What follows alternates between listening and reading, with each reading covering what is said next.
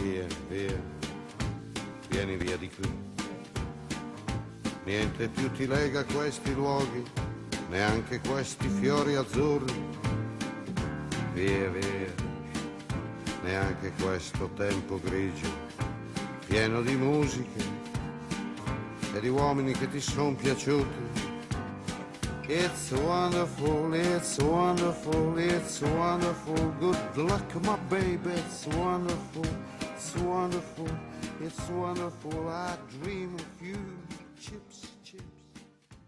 Fare tennis è onorata di ospitare Joahn Kriek, giocatore sudafricano, ora abita negli Stati Uniti, vincitore degli Australian Open negli anni 1981 e 82, semifinalista a Roland Garros nel 1986, semifinalista US Open nel 1980, quarti di finale a Wimbledon nel 1981 e 82.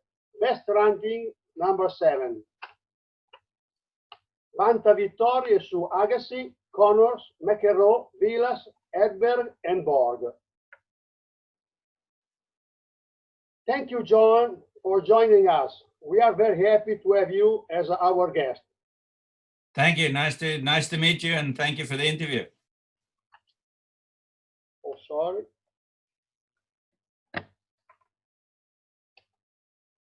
Hi, John. Could you tell us where do you live and what is your occupation? I know you own a tennis academy. Yes, we live here in Palm Beach Gardens, Florida. My wife and 2 kids, they are all tennis players. My wife is from Poland. She came to the United States on a scholarship for tennis, and she went to Virginia Tech in Blacksburg, Virginia to finish her education. And she's the smart one in the family, but we're a tennis family. She was a top junior in Poland many years ago. She didn't go professional because she was too smart. So she helps me with my business. We have a small tennis academy here in Palm Beach Gardens, and yeah, so we deal with kids, and you know, we have been doing this for about 12 years. Okay, John. Could you tell us stories and anecdotes of when you were in the professional tour? Well, I started playing professional tennis when I was 1977, when I left South Africa. My coach had emigrated to Austria. His name is Ian Cunningham. So I followed him to Austria, lucky for me, because I learned to play on red clay for the first time when I was 17 years old. I never played on clay before then, not one time. And so I played from 1977 to 2001. Full-time on the Pro Tour, and then after that I played with Jimmy Connors, Borg, McEnroe. I played on a senior tour for 10 more years. Okay. Some questions. You play Roscoe Tanner. What about his serve, and why his motion is not copied by young kids? Well, I did play against Roscoe Tanner. I knew him very well. He, one of my first matches I ever played as a beginner on a tour was when I was like 19 or 18 years old. I played him in Manchester, England on grass, and he beat me 6-0, 6-1. And many years later, when I was on the tour, I beat him a whole bunch of times. One of the most amazing matches I played against Roscoe was at the US Open. One year in a round of 32, I think it was, and he had 8 match points, and I beat him. So I was now very much a better player. But to come back to his serve, he had a very quick motion. His toss was very short, and he would hit the ball on the way up, whereas most people today they toss pretty high, and the ball drops a little bit, and then they hit it. So. Yeah. He and the other guy that could do that was Dolgopolov, anyway, the new ones, yeah, maybe a previous generation. But the other one that played also at the time was Kevin Curran, my doubles partner from South Africa. His toss got longer as he got older because his eyes were getting bad. But Roscoe had a very short toss, and that's why he could hit it so fast, and you didn't know where it was going because he literally hit the ball 2 feet out of his hand. Yeah, he would make contact. But he was a very strong guy. He was a lefty, great technique, and you know, he had one of the best serves at the time. Would you suggest that a kid, a junior, to learn this kind of motion? Or you know, that's definitely a technique that is not being discussed or talked about. And I think tennis has changed dramatically. I mean, we can spend 2 hours just on coaching issues in the world of tennis juniors. I think there's too much sheep, too many coaches do their own thing. Tennis used to be very much many flavors, you know, when I played, there were very many flavors. There was also, the courts were very different. I mean, you know, your red clay courts were very slow. Your cement was a little bit faster. Ball bounce beautiful. And then you played some carpet indoors, was very, very fast, most of it. And then Wimbledon and the grass courts were incredibly fast back in the day. The ball was bouncing very, very low. So you used more continental grip because you learned to serve and volley.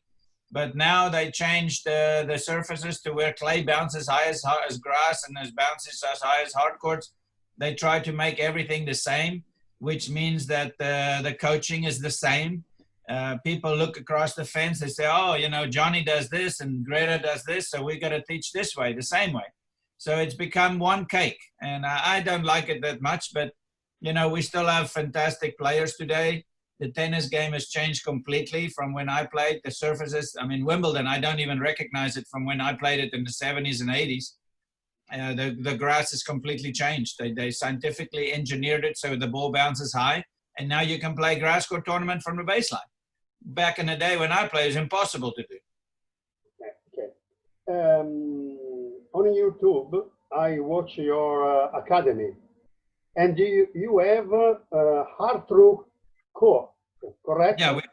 Yeah, we play on American clay. Yeah. Which is different? Which are difference between hard-through and the clay court?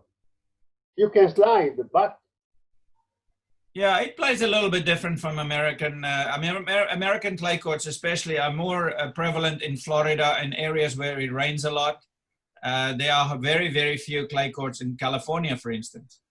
They play mostly on hard courts. So the weather there is very good, but here, because it rains so much, you need clay. You know, also because of the retirement situation in Florida, a lot of old people, so they decided to build more clay courts. It's easier on the body.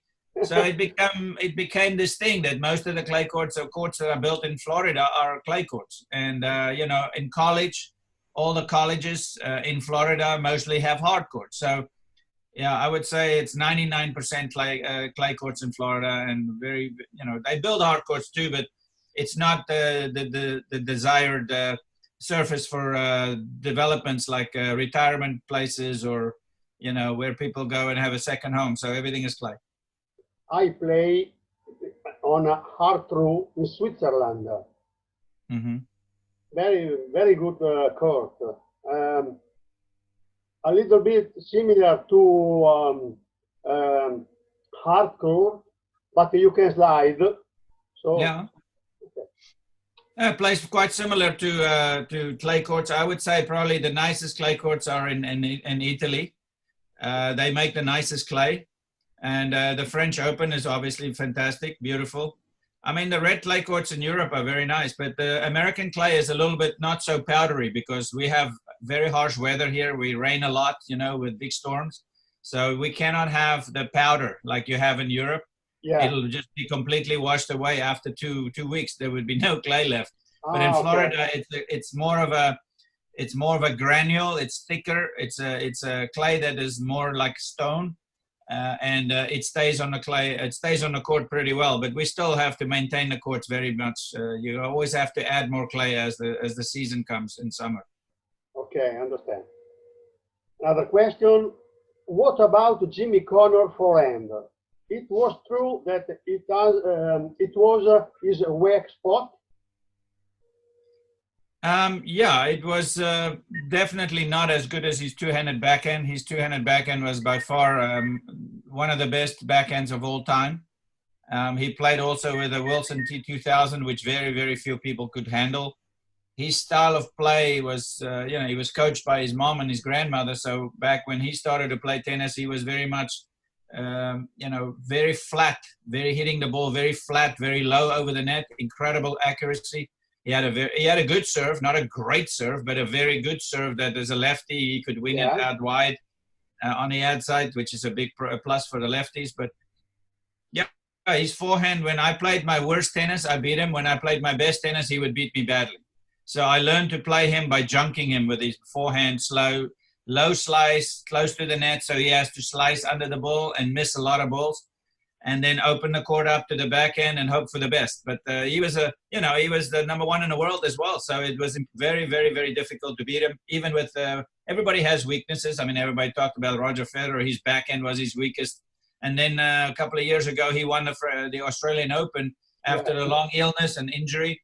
He came back and he literally beat Nadal with his backhand. I mean, he beat Nadal with his backhand. So I was like, so you need to get injured, take a few months off, work on your backhand, and then you win a Grand Slam. Okay. Another question. You played Vilas and McEnroe, who are lefties. Which problems to play against lefties? I had very good success with left-handed players. I don't think I ever lost to Vilas in any matches anywhere. I lost to McEnroe a lot of times, but I also beat him quite a few times. But you know, the lefties are you know, the ball, you have to, you know, first of all, the percentages that you play lefties versus righties on a pro tour is probably over 90% you will play right-handed players. And when you play a lefty, you have to stand differently on the outside. You have to kind of stand more in the alley to cut off the slide out wide, which is the lefty's favorite serve. And they have a big advantage because there's 3 points that you can win the game, you know, 40-love, 40-30 and add in. And they have a very good serve out wide. So I think lefties have a big advantage when it comes to the ad-court serve. So I was very good because I had a very strong backhand, so I could return very well against, because I like to hit the ball going away from me. So I had a lot of success with the lefties just because I had a very good backhand return and they would serve into my into my strength. But yeah, they were tough to beat regardless. I mean, they're very tough to beat lefties. Okay. What about McEnroe serve? Well, McEnroe had a very strange wind-up. I mean, his start of his serve was like he showed you his back. Nobody served like that. And so he showed you the right shoulder, and then when he tosses, he completely turns. So he can hit it with the last second. He can go flat down the middle on the outside, or he can just cut it, but you can't see it. It happens so quick. So you can only move after the ball leaves his racket. And, you know, that's why he was such a great server. And he would, even if you get to the ball, like Borg and I would be very fast, we can get to the ball, but he's always, he was such a good touch player, serve and volley, fantastic. His ground strokes was nothing super special, but he didn't miss. You know, he would chip and charge, he mixes it up, he hits flat, he slices, he kind of had a funny forehand, you know, but, you know, that was why he was so good. I mean, he had incredible touch, but if he didn't have the good serve, he was an average player. But he was a very tough player to beat because of all the other stuff, you know, I mean, the mental and the stopping of the match, the package was very difficult. Difficult also for the umpire. Oh, yeah. I know that very well. I played him many times. Okay. You played Jimmy Arias. Some people say his forehand was different. I mean, a lot of topspin, a novelty for that time. Is it true? Yeah, I would say that probably Jimmy Arias was the beginning of the big weapon on the forehand. I mean, he played like that with a wood racket. He had a Wilson Jack Kramer racket, and he could topspin with that ball. And he hit it. It was topspin, but not like Nadal topspin. It was a very quick motion, you know. And Lendl sort of looked at that forehand too. And Lendl's forehand started to look like Jimmy Arias's forehand. But Lendl was just, you know, a bigger guy. He could hit it even harder. Yeah. So I think Jimmy Arias was the grandfather of the big forehand to begin that big thing. It's not just the serve anymore. I mean, I played Jimmy many times. I've lost to him as well, but I beat him 90% of the time. But his forehand was devastating. I mean, he could hit that so hard with that wood racket. It was unbelievable. So I stayed away from his forehand. I would go 3 times to the backhand, and if he stays there, then I hit to the forehand. So yeah, you had to use tactics against him to make to get ahead of him. But yeah, he was I would say nobody hit the forehand harder than him with a wood racket. Nobody. Few people know that. I read an article on a newspaper about it, and probably one also Bollettieri said that Jimmy Arias' forehand was a special Yeah, one. no, yeah, he hit it with a wood racket like that, and he had incredible racket hit speed, and that's what, you know, Agassi was sort of the Agassi's forehand became a little bit of a model after what Jimmy was doing. Now you got to remember, Jimmy Arias was the first guy at Bollettieri that made Bollettieri famous. Was Jimmy, and Jimmy was already very good when he got to Bollettieri. It's not like Jimmy was 5 years old, never picked up a racket when he arrived at Bollettieri. He was 10 years old or 11 years old. He told me the story, and you know, so he was already a phenom at 10, hitting the ball so hard for a little guy. And everybody was like, how do you do that? But he just learned from his dad, and he learned, you know, everybody has talent, right? So he had that talent since he was little, of hitting that ball so hard with a wood racket. So he just continued doing it. And he was not a very big guy. He was, you know, maybe 5'9", 5'10". So with a very fast wind up, very good racket hit speed, timing was incredible. And Agassi just became a better model of that. Niente più ti lega a questi luoghi, neanche questi fiori azzurri.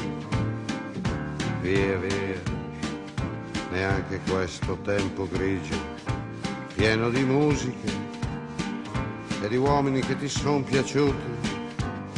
It's wonderful, it's wonderful, it's wonderful. Good luck, my baby, it's wonderful, it's wonderful, it's wonderful. I dream of you.